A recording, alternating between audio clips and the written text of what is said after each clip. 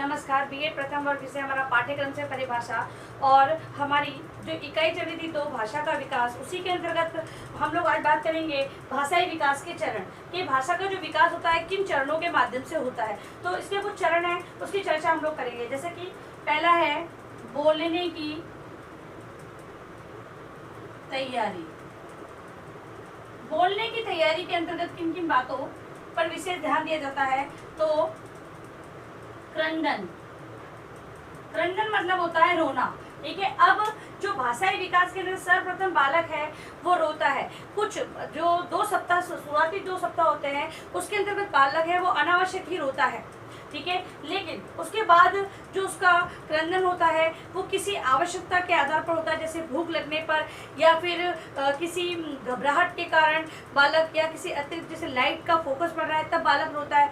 तो इस प्रकार से भाषाई विकास की जो प्रथम अवस्था मानी गई है तो रोना, रोने में आवाज़ निकलती है और आवाज़ जो जिस प्रकार की जो किलकारियाँ होती है वो भाषा का अंग माना जाता है। तो क्रंदन को माना गया है। अब क्रंदन है वो किसी कारणवश होता है, मतलब कि या तो बालक है भूख के कारण रो रहा होगा, या कभी बिस्तर वगैरह उसका जो गीला हो जाता है तब वो रोता है, या फिर उसे कुछ घबराहट लगती है तो उस कारण से वो रोता है। विभिन्न प्रकार के कारणों के आधार पर वो रोता है। फिर है स्थितियाँ। स्थितियाँ वही जो बालक की, इसके अंतर्गत मानते हैं कि जो बालक जब समझने लग जाता है, 6 से 7 महीने का जो बालक होता है वो पहचानने लग जाता है, तब वो आसपास अपने परिचित को नहीं देखता है तो उस समय वो रोना प्रारंभ कर देता है, या फिर अनजान व्यक्ति को उसे ले लेता है तब वो रोना प्रारंभ कर देता है। इसके अलावा लाभ और हानि, लाभ और हानि। तो कुछ बालक तो केवल क्रंदन यानी रोने का जो स्वर होता है वो केवल अपनी आवश्यकता के लिए करते हैं, लेकिन कुछ बालक है वो जिद इस जो क्रंदन की जो आवाज़ होती है उसका प्रयोग वो हमेशा करने लग जाते हैं, जिससे कि बालक है वो रो कर अपनी ये कहे कि वो कमज़ोर बन जाता है। जिद की प्रवृत्ति उसके अंदर जागृत हो जाती है और जिद के कारण उसका जो शरीर का जो ये कहें कि शारीरिक है, शारीरिक रूप से वो कमजोर हो जाता है। तो यहाँ पर हानि और लाभ दोनों की बात कही गई है। फिर है बलबलाना। बलबलाना मतलब कि शुरुआती जब बालक जन्म लेने के बाद बालक कुछ ये कहे कि हम दो तीन माह का जो बालक होता है वो किन्हीं निश्चित शब्दों मतलब कि कोई निश्चित आवाज़ें निकालना प्रारंभ कर देता है, वो अलग अलग प्रकार की किलकारियाँ मारता है, वो किलकारियाँ बलबलाना ही कहलाती है। और भाषा के अंतर्गत भी अगर हम उन्हें लेते हैं तो कुछ निश्चित रूप से वो स्वर और व्यंजनों का उच्चारण वो कर रहा होता है। बालक को ये ज्ञात नहीं है, लेकिन अगर हम भाषा के अंतर्गत लेते हैं तो निश्चित तौर पर वो स्वर और व्यंजनों के आधार पर बोलना बाला ऐसे इस टाइप से वो बोलना प्रारंभ कर देता है। तो बलबलाना है वो भी बोलने की तैयारी का एक अंग माना जाता है। फिर है हाव भाव संकेत। हाव भाव संकेत, हाव भाव संकेत की अवस्था मतलब कि जो बालक होता है 5 से 6 माह का जो बालक है वो अपने हाव भावों के द्वारा या संकेतों के द्वारा किसी भी चीज़ को लेना, मतलब कि उसे अगर किसी के पास जाना है तो हाथ द्वारा वो बताता है कि मुझे वहाँ जाना है, अगर उसे उठना है तो वो इस प्रकार से हाव भाव दिखाता है। ठीक है, तो उस प्रकार से बोलने की तैयारी के अंतर्गत ये सारी चीज़ें एक बालक के अंतर्गत प्रथम चरण के अंतर्गत होती है। फिर है अगला जो विकास का चरण है वो आकलन की शक्ति। आकलन की शक्ति धीरे धीरे बालक के अंतर्गत आकलन की शक्ति का प्रारंभ हो जाता है, उसे सही गलत का पता चल जाता है। कुछ चीज़ें तो वो अपने अनुसार ही कि मैं जैसे कि अगर वो कहीं जा रहा है तो मतलब कि थोड़ा बालक चलने की जो स्थिति हो जाती है तब वो चलने लगता है, तब उसे पता होता है, ज्ञात हो जाता है कि मैं इधर जाऊंगा तो गिर जाऊंगा इस प्रकार, और वो उस प्रकार की आवाज़ें निकाल कर वरना किसी को बुलाने का प्रयास करता है। तो विभिन्न प्रकार से एक बालक है उसके अंतर्गत भाषाई विकास के क्रम में आकलन की शक्ति हो जाती है और वो अपने अनुसार इस शक्ति का प्रयोग करता है और परिवार वाले या उसके जो देखने करने वाले हैं उनको इस बात का ज्ञात होता है कि बालक के अंतर्गत इस शक्ति का विकास हो चुका है। फिर है शब्द शक्ति का विकास। शब्द शक्ति का विकास। भाषाई विकास के अंतर्गत बालक के अंतर्गत शब्द शक्ति का विकास हो जाता है, जिससे कि वो किसी विशिष्ट शब्दों जैसे आना, जा, सामान्य, इसके अंतर्गत दो प्रकार के शब्दों का प्रयोग करता है। पहला तो सामान्य, यानी कि ये अवस्था हम ये कह सकते हैं 2 से लेकर 5 साल की उम्र की अवस्था होती है।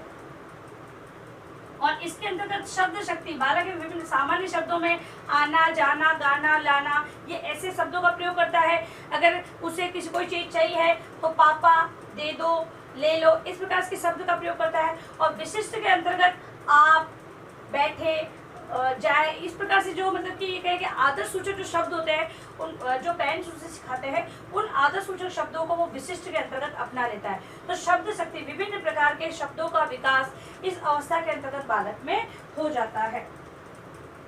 इसके अलावा कभी कभी वो अशिष्ट शब्दों का प्रयोग भी कर लेता है। कुछ रंग, अगर बात करें विशिष्ट के अंतर्गत, विभिन्न रंगों को पहचानना प्रारंभ, क्योंकि 5 साल का बालक बड़ा होता है, वो विभिन्न प्रकार के रंगों को भी पहचानने लगता है, रंगों के नाम लेने लग जाता है।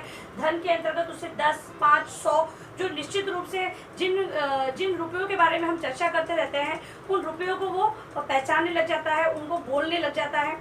तो इस प्रकार से सामान्य विशिष्ट शब्द शक्तियों का विकास उसके अंतर्गत होता है। अगला है वाक्य निर्माण शक्ति। वाक्य निर्माण शक्ति का विकास। वाक्य निर्माण अगर शक्ति का विकास की हम बात कर रहे हैं तो 3 से 5 साल का बालक है वो छोटे छोटे शब्दों को बोलना प्रारंभ कर देता है, और 5 साल का बालक तो पूरे शब्द को मतलब कि पूरे वाक्य को बनाकर बोल देता है। अपना कोई भी कार्य है वो जिस प्रकार से उसे कहना है, वो क्योंकि आसपास के वातावरण से वो इस प्रकार की शिक्षा ले लेता है। कि आजकल तो 2.5 साल का बालक ही विद्यालय जाने लग गया है, और विद्यालय के अंतर्गत वो विभिन्न लोगों के संपर्क में आता है, भाषाई उसका विकास वहाँ भी होता है, परिवार में भी होता है, तो वो पूरा सेंटेंस बोलना प्रारंभ कर देता है। फिर इसके बाद शुद्ध उच्चारण का विकास। शुद्ध उच्चारण का विकास। शुद्ध उच्चारण के विकास के अंतर्गत जो अभिभावक होते हैं वो भी बालक को उच्चारण संबंधी अगर वो गलतियां करते हैं तो वहीं पर रोककर उन्हें सही बुलवाने का प्रयास करते हैं। और बालक जब विद्यालय जाता है तो विद्यालय में भी अध्यापक है वो इस बात का पूरा ध्यान रखते हैं कि बालक है वो सही बोले, उच्चारण है वो सही रूप से करे। तो इस प्रकार से शुद्ध उच्चारण मतलब कि जो भाषाई विकास का जो क्रम है, छोटे से लेकर रोने से, बालक के रोने से लेकर पूरा सेंटेंस बोलने तक, या फिर ये कहे कि शुद्ध उच्चारण तक, इस प्रकार से विकास बालक का होता है, भाषाई विकास। अब हम बात करेंगे भाषा के द्वारा बालक का सर्वांगीण विकास की बात हम करेंगे। भाषा द्वारा बालक का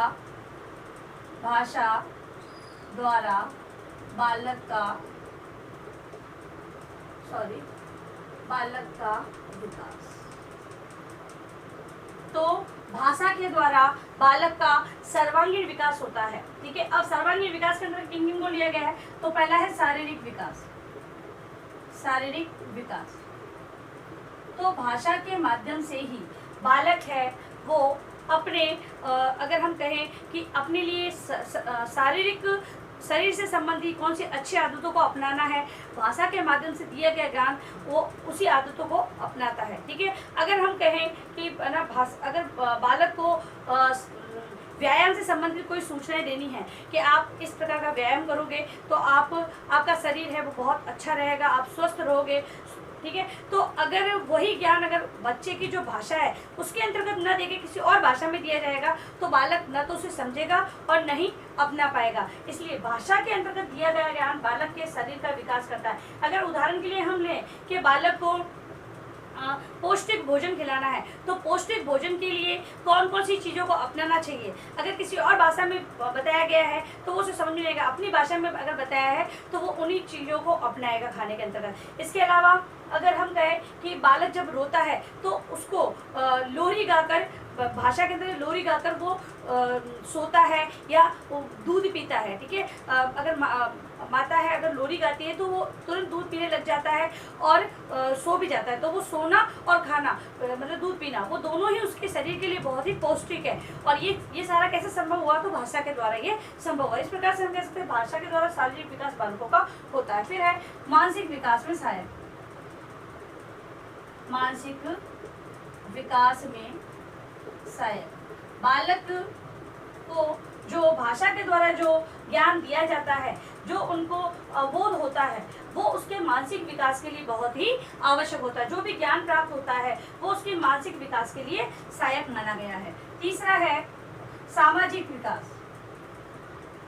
सामाजिक विकास, क्योंकि बालक जो है वो समाज का अंग है, समाज से जुड़े रीति रिवाज, उसमें होने वाली जो गतिविधियां, कार्यक्रम है, उसका अंग बनना बहुत ही आवश्यक है। जब तक बालक को भाषाई ज्ञान नहीं होगा तब तक वो समाज में रहकर पार्टिसिपेट नहीं कर पाएगा, समाज में विविध गतिविधियों में वो सहयोग नहीं दे पाएगा, और सहयोग नहीं दे पाएगा तो सामाजिक क्रियाओं में का उसके अंतर्गत विकास नहीं हो पाएगा। तो एक भाषा ही है वो बालक को समाज से जोड़े रखती है, और समाज में होने वाली विभिन्न गतिविधियों से उस गतिविधियों का ज्ञान वो भाषा ही बालक को करवाती है। अगला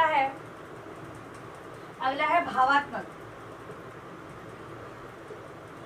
अपनी भावनाओं को व्यक्त करना या दूसरे की भावनाओं को समझना, ये कार्य भाषा का है। भाषा के माध्यम से हम किसी के भावनाओं, विचारों को समझते हैं कि किसी के संवेगों के बारे में जानकारी प्राप्त करना, हमारे द्वारा उसके प्रति जो संवेग व्यक्त करने हैं वो किस प्रकार किया जाए, तो ये भाषा ही है वो इन संवेगों का उपयोग करना हमें सिखाती है।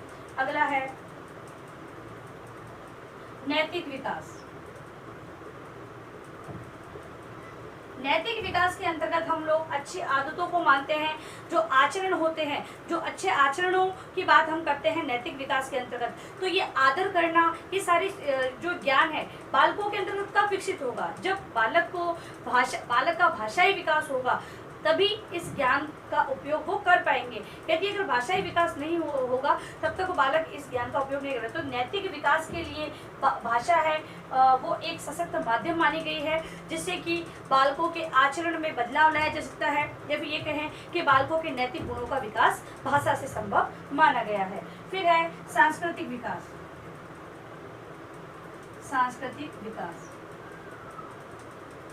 भाषा के माध्यम से दिया गया संस्कृति का ज्ञान बालकों के लिए बहुत ही अच्छा होता है, और बालक है अपनी संस्कृति से जुड़े, दूसरी संस्कृति को अपनाए। तो यहाँ पर भाषा सहयोग देती है। किसी और भाषा में लिखी गई संस्कृति से संबंधित जानकारियाँ बालकों को समझ में नहीं आएगी, लेकिन वही हमारी भाषा में जो लिखी हुई है या फिर बालक जो समझ रहा है उसी भाषा में अगर वो सांस्कृतिक ज्ञान उसे दिया जाएगा तो वो संस्कृति से जुड़ेगा, विभिन्न संस्कृतियों को अपनाने का वो प्रयास यहाँ पर कर सकता है, और इस प्रकार सांस्कृतिक विकास बालक का संभव होगा। अगला है ज्ञान वृद्धि।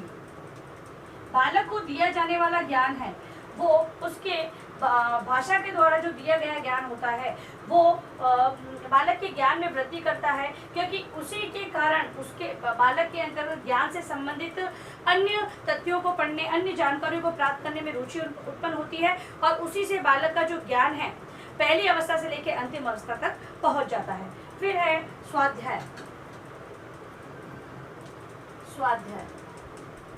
स्वाध्याय जो हम ये कहें कि छोटी कक्षाओं में तो कम होता है, लेकिन जो बड़ी कक्षा है, उच्च कक्षाओं की बात हम करते हैं तो वहाँ पर स्वाध्याय की प्रवृत्ति को अपनाना बहुत ही आवश्यकता है। जब तक बालक की पढ़ने में रुचि ही उत्पन्न नहीं होगी, और रुचि कब उत्पन्न होगी, जब उसको उसी की भाषा में ज्ञान प्रदान किया जाएगा। तो उसी की भाषा में जब वो ज्ञान मिलता है तब बालक के अंतर्गत रुचि उत्पन्न होती है पढ़ने के प्रति, और वो स्वाध्याय की जो आदत होती है उसका विकास बालक के अंतर्गत हो जाता है। अगला है कल्पना शक्ति एवं तर्क शक्ति का विकास। भाषा जब बालक को समझ में आ गई है और जो कहने वाला है किस बात को कह रहा है, किन आधार पर उन बात को रख रहा है, वो सारी चीज़ें अगर बालक को भाषाई ज्ञान है तो बालक उसके उन विचारों से संबंधित तर्क प्रस्तुत करता है, और बालक के अंतर्गत कल्पना शक्ति का विकास होता है, उससे संबंधित कल्पनाएं करना वो प्रारंभ कर देता है। लास्ट है चरित्र निर्माण में सहायक। चरित्र निर्माण में सहायक भाषा है वो बालक के अंतर्गत चारित्रिक विशेषताओं का निर्माण करती है, जिससे कि बालक के अंतर्गत उच्च कोटि की जो चरित्र निर्माण की विशेषताएं मतलब कि उत्पन्न होती है। मतलब कि जो बालक है वो विभिन्न प्रकार के जो अच्छे कार्य हैं उनसे कैसे जुड़े, तो भाषा ही एक माध्यम है जो बताती है कि आप क्या सही कर रहे हो और क्या गलत कर रहे हो। तो इस प्रकार से बालक के चरित्र का निर्माण में भाषा सहायक है। तो ये हम लोगों ने कुछ बालक के विकास से संबंधित जो तथ्यों को देखा, जो कि भाषा के माध्यम से ही संभव है, भाषा के द्वारा ही हम इनका विकास बालक के अंतर्गत कर सकते हैं। अब लिखिए अपना गृह कार्य प्रश्न।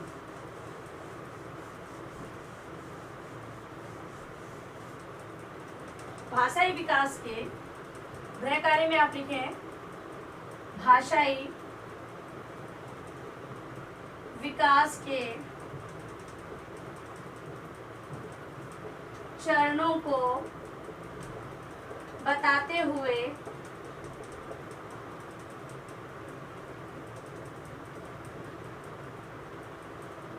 भाषा के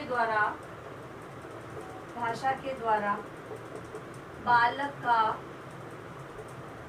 विकास किस प्रकार संभव है समझाइए। ये आपका प्रश्न है कि भाषाई विकास के चरणों को बताना है आपको, और बालक का विकास भाषा के माध्यम से किस प्रकार संभव है, भाषा के द्वारा किस प्रकार संभव है, इसका वर्णन आपको अपनी उत्तर पुस्तिका में करना है। और अंत में इस महामारी के दौर में कम से कम ये आवश्यक कार्य होने पर आप लोग घर से बाहर निकले। बाहर निकलते तो 3 बातों का विशेष ध्यान रखें, मास्क लगाएं, सोशल डिस्टेंस बनाएं और हाथों को बार बार सैनिटाइज करते रहें। सुरक्षित रहे, सभी का ध्यान रखें। धन्यवाद।